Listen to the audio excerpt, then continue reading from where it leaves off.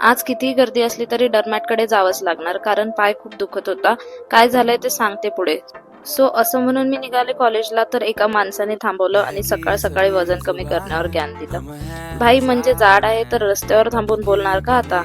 But असं म्हणून निघाले कॉलेजकडे, तर मला वाटते आज सगळे वजन कमी करूनच राहणार. आधी तो माणूस, मग कॉलेजची लिफ्ट, असं 4 मजले चढून वर पोहोचले. देन लेक्चर करून गेलो हॉस्पिटलला.